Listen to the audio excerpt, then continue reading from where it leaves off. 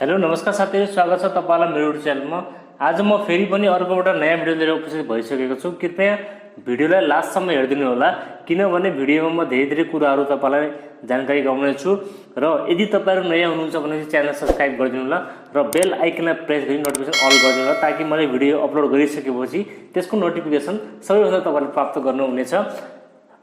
ल त साथीहरु, आज म कुरा गर्नेछु Xiaomi को Redmi Note 10 Pro को बारेमा, जो कि अप्रोक्स 1 मन्थ जति हामीले युज गर्यौं यसलाई हैन।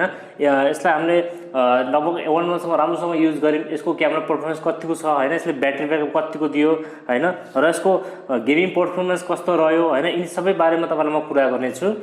भिडियोमा भिडियो हेरिराख्नु होला। सर्वप्रथम म यसको डिस्प्लेको कुरा गर्छु।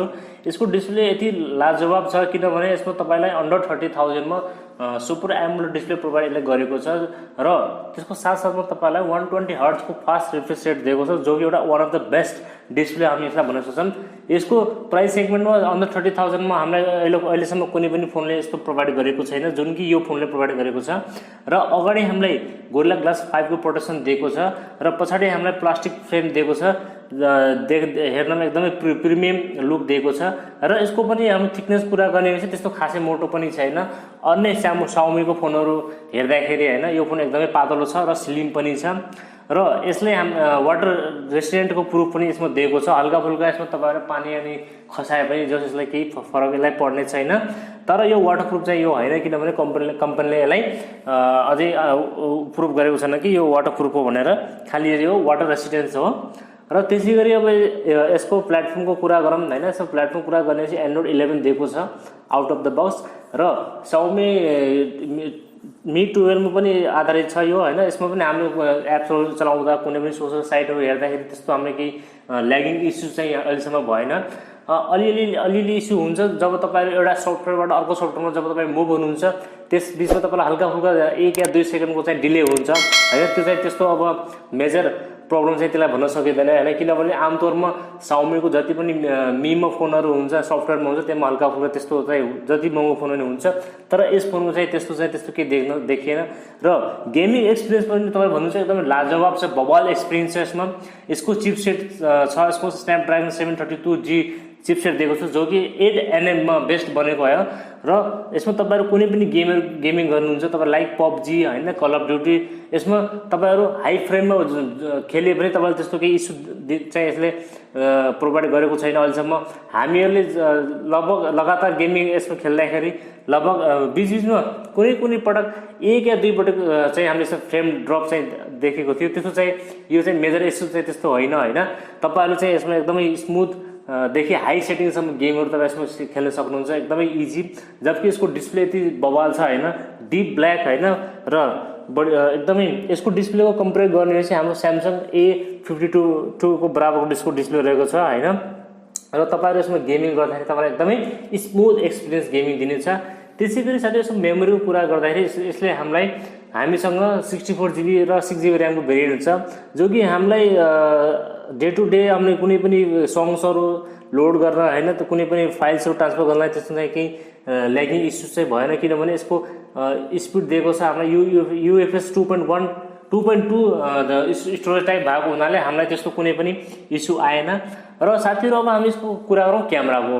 क्यामेरा त छ यसको एकदमै लाजवाब, किनभने यसमा हाम्रो क्वाड क्यामेराको सेटअप दिएको छ। एउटा दिएको छ 108 मेगापिक्सलको एपर्चर 1.9 मा दिएको छ हैन, र अर्को दिएको छ हामीलाई 8 मेगापिक्सलको अल्ट्रा वाइड दिएको छ, र एउटा 5 मेगापिक्सलको माइक्रो दिएको छ, र 2 मेगापिक्सलको डेप्थ दिएको छ।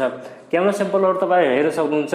जति पनि हामीले यसबाट फोटोहरु लिएका छौं, तिनी फोटोहरु एकदमै पञ्ची कलर हैन, ओभरअल एकदमै राम्रो फोटोहरु प्रोभाइड हामीले गरेको छ। जति पनि हामी यसमा भिडियो हैन 4K भिडियो पनि यसबाट हामीले 30 fps बाट रेकर्डिङ गरेको छ, त्यो पनि एकदम अल्ट्रा स्टेबलाइजर एकदमै राम्रो छ रहेको छ भिडियोमा हैन। र अब हामी यसको सेल्फी क्यामेराको कुरा गर्ने हो भने चाहिँ यसमा हामीलाई 16 मेगापिक्सलको सेल्फी क्यामेरा दिएको छ, जो कि तपाईहरु यसको स्याम्पलहरु हेर्न सक्नुहुन्छ। एकदम बवाल क्यामेरा यसले प्रोभाइड गरेको छ। तपाईहरुलाई कुनै पनि फोटोग्राफी देखि लिएर गेमिङ देखि लिएर हैन, त्यस्तो के तपाईलाई यसमा इस्यु आउने छैन, किनभने यसको सेन्सर क्यामेरा एकदमै बवाल रहेको छ। र साथै तपाईहरुलाई यसमा लाउड स्पिकर दिएको छ दुईवटा, एउटा माथि स्पिकर छ र एउटा तल दिएको छ, जसले गर्दा तपाईहरुलाई कुनै पनि मुभीहरू वाच गर्न हैन म्युजिकहरू सुन्न र गेमिङ खेल्न तपाईहरुलाई साउन्डको एकदम अलगै एक्सपिरियन्स दिनेछ हैन र यसको साउन्ड पनि एकदमै सुन्नमा एकदमै राम्रो छ। त्यसैगरी अन्य फिचर्सको कुरा गर्ने हो भने तपाईलाई साउन्ड फिङ्गरप्रिन्ट माउन्टेड दिएको छ हैन। अलिकति यहाँ डाउन एउटा के छ भने यदि तपाईँ इन डिस्प्ले फिङ्गरप्रिन्ट दिएको भए अझ राम्रो हुने थियो यो फोन हैन, अझ बेस्ट हुने थियो। तर ठिकै छ, त्यही पनि फिङ्गरप्रिन्ट साइड माउन्टेड फिङ्गरप्रिन्ट भएको हुनाले फिङ्गरप्रिन्ट पनि एकदमै स्पिडमा चाहिँ खुल्छ हैन, तपाईँको फेस अनलक पनि छिटो हुन्छ। र त्यसैगरी यसमा ब्याट्री हामीले यसमा 5020 mAh को ब्याट्री प्रोभाइड गरेको छ, जो कि हामीले फास्ट चार्जर 33 वाटको प्रोभाइड यसमा आउट अफ द बक्स गरेको छ। र तपाईहरु यदि यस फोनलाई आधा घण्टा जति चार्ज गर्नुहुन्छ भने चाहिँ 0 देखि तपाईहरुले आधा घण्टामा 59% चाहिँ यसले गरिदिन्छ, चार्ज छिटो चार्ज गरिदिन्छ। र ब्याट्री ब्याकअपको कुरा पनि गर्ने हो भने चाहिँ लगभग हामीले दिनमा 2-3 घण्टा पब्जी खेले पनि र सोशल साइटहरुमा फेसबुक एप युज गरे पनि युट्युबहरु हेरे पनि लगभग हामीलाई 1 दिनको ब्याट्री ब्याकअप यसले आरामले प्रोभाइड गरेको छ, जो कि एउटा राम्रो कुरा हो। किनकि हाई सेटिङमा गेमिङहरु गर्दाखेरि अधिकांश मोबाइलहरुमा के हुन्छ ब्याट्री ब्याकअप प्रब्लम हुन्छ, तर त्यो चाहिँ त्यस्तो इस्युहरु चाहिँ हामीले यस फोनमा देख्न पाएनौं।